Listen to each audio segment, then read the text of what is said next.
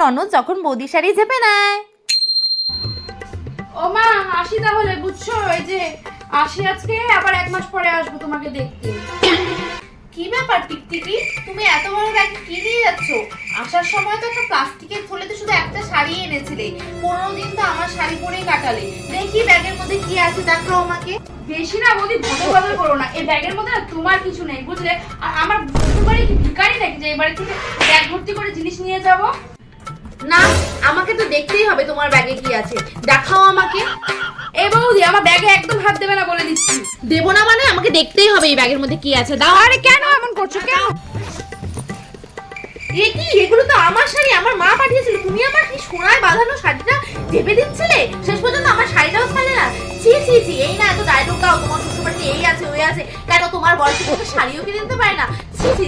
মা দেখো না বৌদি, আমাকে চোর বলছে না, তোমার মধ্যে কোনোদিনও আসবে না। Thanks for watching.